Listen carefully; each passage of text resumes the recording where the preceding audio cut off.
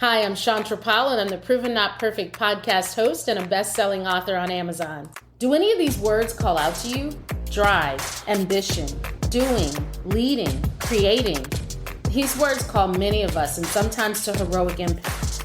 This is all good until we forget about our own self and our own self needs, mainly care. My Village of All-Stars, they not only command position, but they command influence. Well, there's always a backstory. I myself, Chantra Powell, have had to put myself on the sideline a few times, but I'm still in the game. I'm staying in the game. The only thing different about me is that I'm proven not perfect. Enjoy.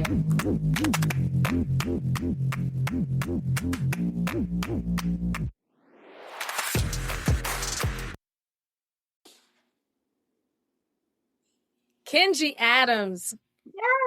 It's so good to have you on the Proven Not Perfect community podcast show, whatever you want to call it. I'm glad you're here. I'm glad you're here. I've known you for a long time, lady.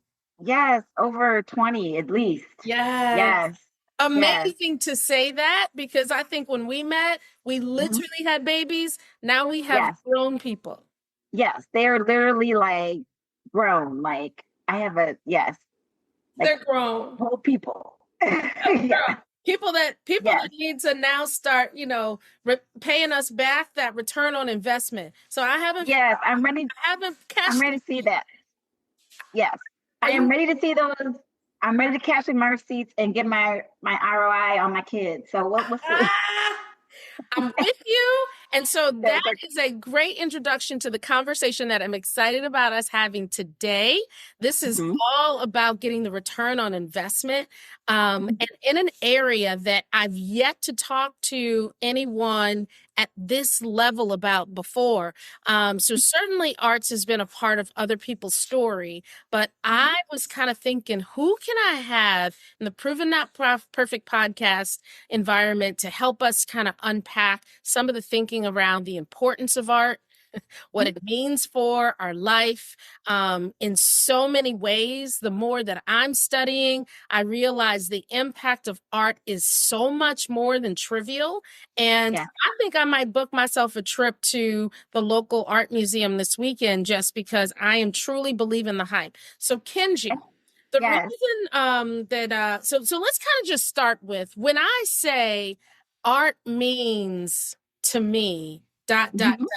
How would you fill the dots? What does art mean to you?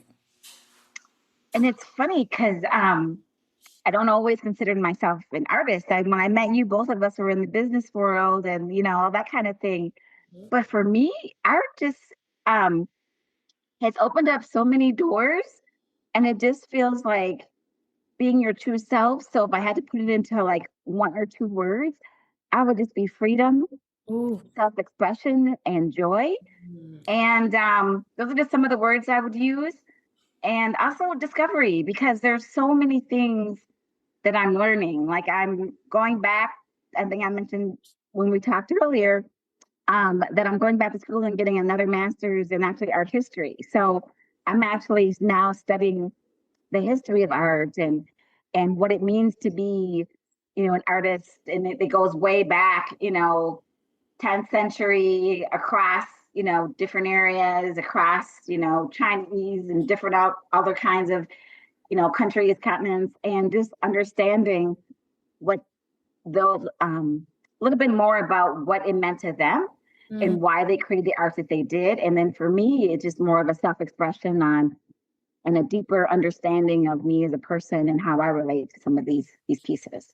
What I love about what you just said is the agency that goes along with the pivot. Because to your point, starting off in a lane that's purely business oriented, not art business, but business in itself. And I believe more in the IT tech realm for you. Yeah, as a project manager, for 20 years and application development. Like there is creativity in the design of the software, the screens, the user experience. That all is also artistic, but I think in my day-to-day, it was mostly about getting it done, deadlines, budgets. That's kind of the world I lived in. Mm-hmm. So you've ratcheted it up. So Mm-hmm. when you decided to make this pivotal shift from Mm-hmm. the project management software application day to day, tell me Mm-hmm. a little bit about what was calling you into this, or rather inviting you, because I Yeah. think in your story, something pretty pivotal happened Mm-hmm. in your legacy, quite frankly, to Yeah. invite you into to this space even more. Can you share that with us? Sure. So when I was actually gifted a lot of these pieces that were from Africa, which is a whole nother probably podcast on that No, it's whole not. No, journey. girl, this is the conversation because we need to know who you are and Yes, why you have the impact that you do. So yeah, so no, yes, definitely tell us about that. yes. So um, I was doing consulting, in the business world, and a partner that I had worked with, like a organization in a school, had come into and acquired lots of artifacts when they were rehabbing a building that they just bought. And they came across all of these artifacts. And they asked me basically, did I want them? And I thought it'd be a couple of things, a couple of masks, a couple of statues, but it was over 90 pieces of African art. Wow. Um, masks. A lot of it was spiritual masks. So I've been on this pursuit of just trying to understand where these came from, who owned these, what do they mean, letting people who wouldn't normally have access to see it. I've done my own journey. I've done my own, not only ancestry DNA, I did my own African heritage DNA to understand my own African heritage and what that meant and what tribes on my maternal side am I connected to, Mm. which tied to Cameroon and tribes in Cameroon as well as Nigeria, and found that a lot of the pieces I had are from Cameroon, are from Nigeria. Wow.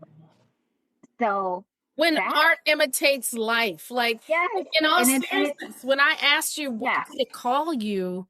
Did it invite you?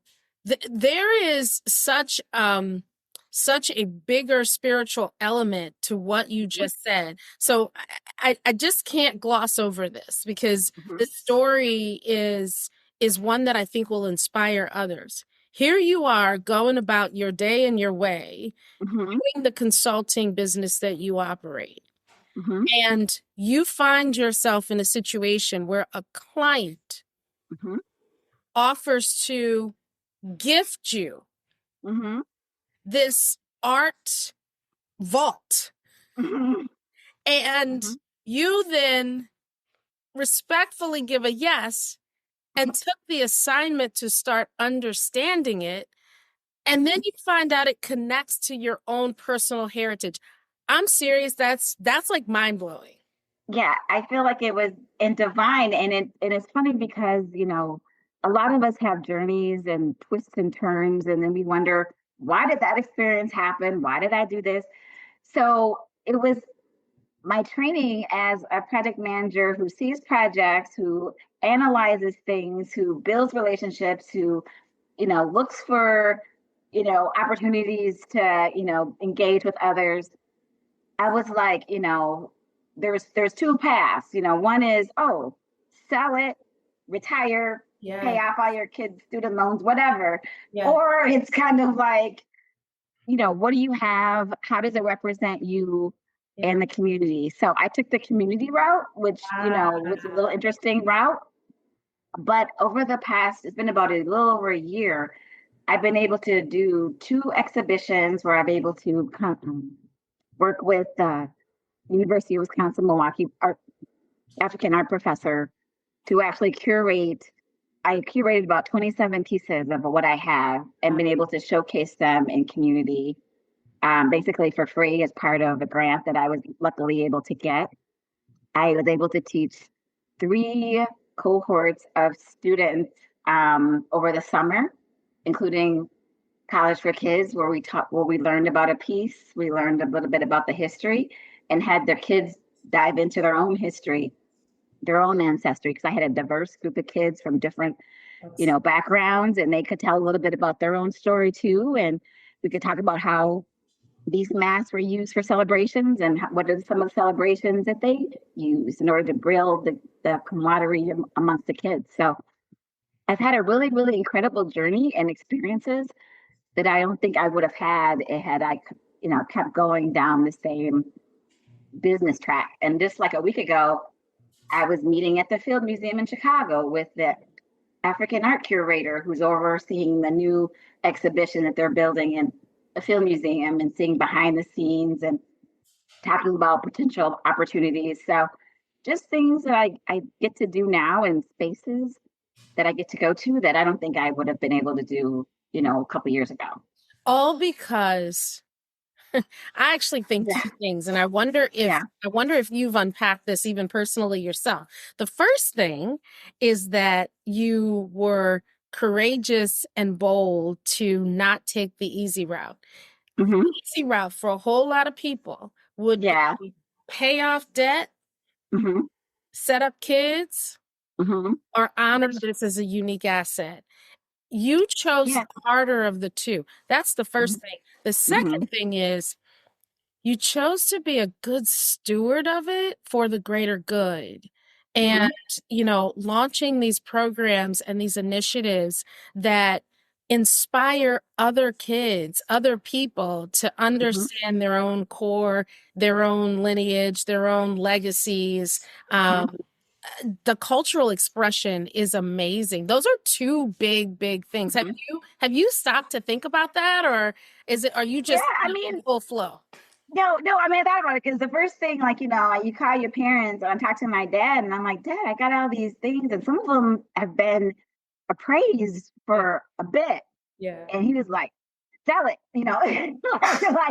like hands down, sell it, which I think in the long run, I mean, the short run, yes, because I've had museums want them.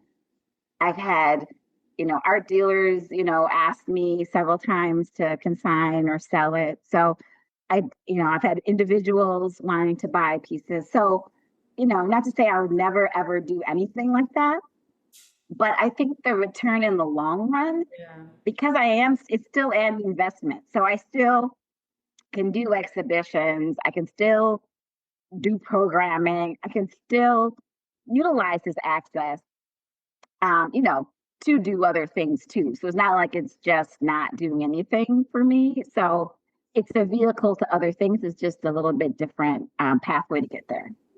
So you probably know all about this, but I've been doing some research on the benefits of art. And, Mhm. for so long, I've been a student of the art, right? Mhm. Studying dance and doing so for many, many years, and then encouraging my children to leverage arts performance as well. And one of my kids just took that to the next level on her own.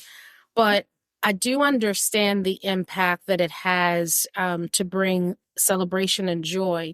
But as I started to do the research, there's science out there, Mhm. longitudinal studies that have been done right now that Mhm. say the impact of a healthy art life on Mhm. our life can be Mhm. the difference of 14 years, Mhm. added healthy years to your life.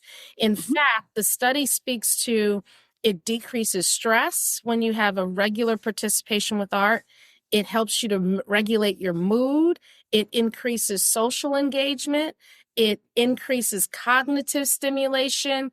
It increases a physical activation. It literally moves you. Girl, when I read that, I was like, what? Like No, on I those days when I need to go to the gym? Art Yeah, no, I make do me feel I do feel like now, I mean, you haven't seen me with like braids and like red glasses. It's like, what is this? So it's just like I think it I do I think overall feel better. Like I think it's yeah, and it's like you're saying an artist. Like you don't do art obviously for the money. You do it because it makes you feel good. You do it for the passion. You do it how it engages others. And when I have classes I'm fortunate to have a relative of mine is a black artist for Marvel Comics who illustrated one of my pieces, and the kids take an illustration of one of my artifacts and they learn about it, but then they use the template that we use, like a drawing, and come up with their own expression for themselves.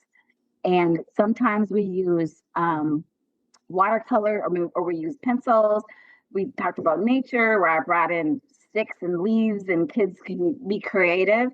And then what I do is I teach them how to become little junior curators. So they learn about medium, they learn about, what materials did they use, the process they used. And then I let them actually become artists where they get to showcase their work. So when I did a week-long class last summer at UWM, I partnered with Mathis Gallery, which is the gallery within the art history department building. And the kids had their own exhibition where they got to dress up like artists, whatever that looked like. And we gave them all their own little pedestal and and they had a little tag with their name and the name of their piece and the materials they used. And they got to showcase their art for the professors and their parents and other kids and have a little mini reception at the end. So it was something that the kids could feel good about. And we also worked on, grouping things that are similar. They worked on their presentation skills. So there's a bunch of skills that were learned kind of through play by using art. And so that was something that was really, really interesting that had not been done on campus before, where the kids actually had a chance to be, little mini exhibitors and actually tour a gallery. We did a behind the scenes tour of a gallery. Wow. So kids, depending on your interests, because kids have different interests. Some kids like to be in front, some kids like to be behind. So I thought by letting the kids see the behind the scenes, how gallery works, also how to draw, they got to be creative and do the curation piece, then maybe kids could find a place that would appeal to them, that they'd want to, spark something in them that could do something else going forward. So that's why I kind of like to do it a couple of different ways. So kids can kind of get in where they get in, fit in. And some kids were really big on history. Some kids weren't really big on drawing, but they love the historical part, or they love the nature part, or they love the presentation part. So that's just something that I try to give vehicle for people to. That's a good point, because I think with so much defunding in some of our educational programs in schools, there's a new opportunity for systems and structures to come into place that don't lose these fundamental core offerings for the kids, right? Because if I'm sitting here acknowledging all the studied, proven health effects of art in your life, just holistically as an adult, then what would that mean for the next generation to establish that as a norm? One thing I can say as a mom of three, maybe it means they put down the digital social media just for a moment, right? And certainly the same things for us. What do you think about some of the shifts that are happening right now that will come to make art more prominent, maybe even as an investor, right? So, with crypto and digital, Bitcoin and things of the like, there are NFTs, there are all sorts of new creative ways to consider, expounding upon your investment philosophy. Do you see that there are going to be any particular trends that emerge? Do you think it will be a cultural relevance? Are we in a cultural season? Do you think that maybe just in true art fashion, it's going to just resonate with the heartbeat of what's going on now? Like, I'd love to get just your free thinking on, how do we think about investing in art for the future? Well, I think one thing is, I know, like with the tokens and all of that, I think at the end of the day, I think people like to physically have things. Maybe that's just me. I'm just more old school, but I think it's one thing to see it on your phone, or it's one thing to see it, whatever. But I really think having a piece of art actually and seeing it, it actually means a lot more. One thing that I've learned when I've been just kind of going through this journey and actually working with artists and different people who are in this art industry is that a lot of times people don't value your work till you're super old or gone even. And so one thing I would love to see, which I don't know how to solve for this, is really supporting those young artists now so Yeah. they don't have to wait. Because a lot of times what I've seen or what people have said is that you can have an artist who's great, Yeah. but unfortunately people wait until they're 80 and then they buy it and then the family doesn't recognize how great they are when Yeah. they pass. All of that great art goes to somebody else who makes way Oh more my money. God. I think about Like this. Basquiat, like like nobody bought anything. All Yeah. these artists died poor. So I just think investing in artists and paying them for their work, Yeah. and like I'm working with a couple of places, and one place in Madison is looking at building a new space for this community, a cultural center. Mhm. And I met with the woman who's kind of in charge of all of that program, and they actually have a pretty nice stipend for the artists to come and curate the space. Mhm. So I think just paying artists, seeing what their value, and then you look at the history of artists. A lot of artists captured things um, in that time period. Like a lot of it was like socially, you know, voice type of, Yeah. in their art, and a way to rebel against the things that were going on in their government or around in their society. So we may see more of that. But I think in general, I think if people would invest in artists now, or at least if you invite them to exhibit, you know, don't try to shortchange them.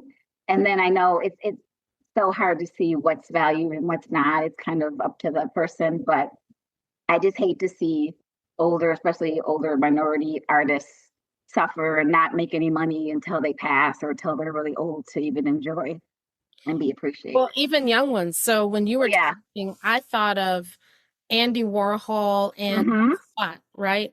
Um, Yeah. I mean, his art right now is still toiling around, the world. So much of it, I Mm-hmm. think, is owned by one gentleman in Dallas at this point, where, you're talking significant value Mm-hmm. on that art, where this young man lost his life early. Um, Mm-hmm. I also think, though, and I know that this isn't necessarily enough time to solve for, but kind of as you said, thinking about the solution, the problem solution, right? Mm-hmm. Art is the artist is producing now. Mm-hmm. Art is yielding a value to Mm-hmm. the beholder now. Mm-hmm.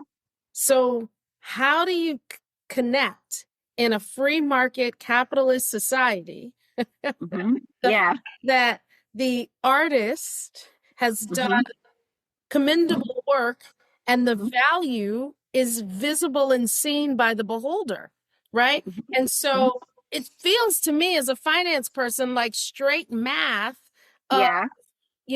understanding the cost and understanding that exponential value that's received now. And then if you go back to that study and you Mm-hmm. say the intangibles that Mm-hmm. go along with art in our lives, around our lives, you can't put a price tag around mood regulation. Mm-hmm. You can't Yeah. put a price tag around cognitive stimulation, right? And so if Mm-hmm. you take all of those things and layer them in, I think that would be rather, rather interesting. Well, look, there's more for us to talk about because I really want to think together with you about the cultural components of art. Mm-hmm. I think about the Renaissance moments in history where art has just come forward as, quite frankly, the catalyst for change, the Mm-hmm. catalyst for connection. Um, I would love to spend some time just kind of unpacking some of the historical impacts that arts and culture and society is known to have had, right? And it helps that you're the professor right now in the school because, you're a Oh, man. student professor. I'm a student. I'm still a student.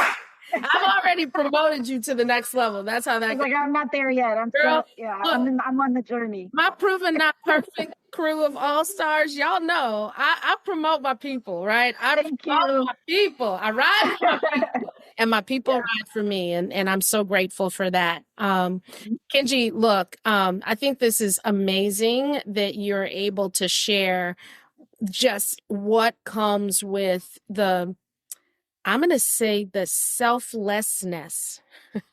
When you are, when any of us, and this happens to be a conversation around art, but in general, there's a selflessness and a kindness that's required for us to reap all of the abundance that's available for us.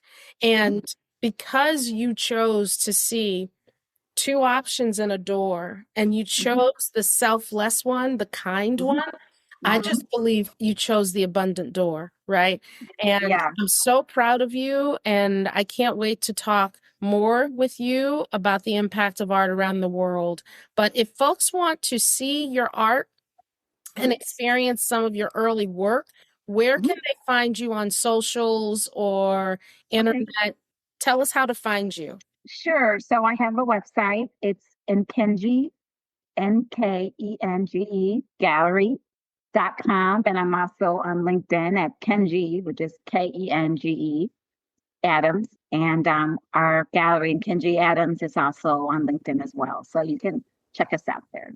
Awesome. And then next question, because somebody's going to ask, when they see something and they behold it and they fall in love, are your pieces for sale or not at the moment? No, still no, not for the moment. So right now what I'm doing is I'm open for exhibitions, I'm open for talks, I'm open for discussing childhood and youth programming. Those are the types of, and I can bring my pieces and share there. Yes. But right now it's still a private collection as of now.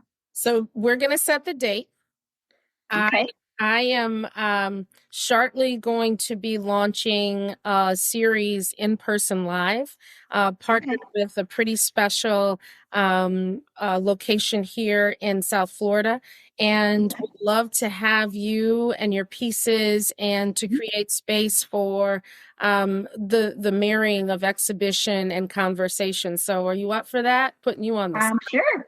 Absolutely. See, I told y'all my crew is my crew. I don't know about your crew, but in the winter time from Wisconsin. So yes. Yes. Excellent. Hey, well, thank you so much. Have a wonderful, wonderful rest of the day. And I just can't wait to for all the things that are on their way to come. All right. Blessings to you and the family. You too.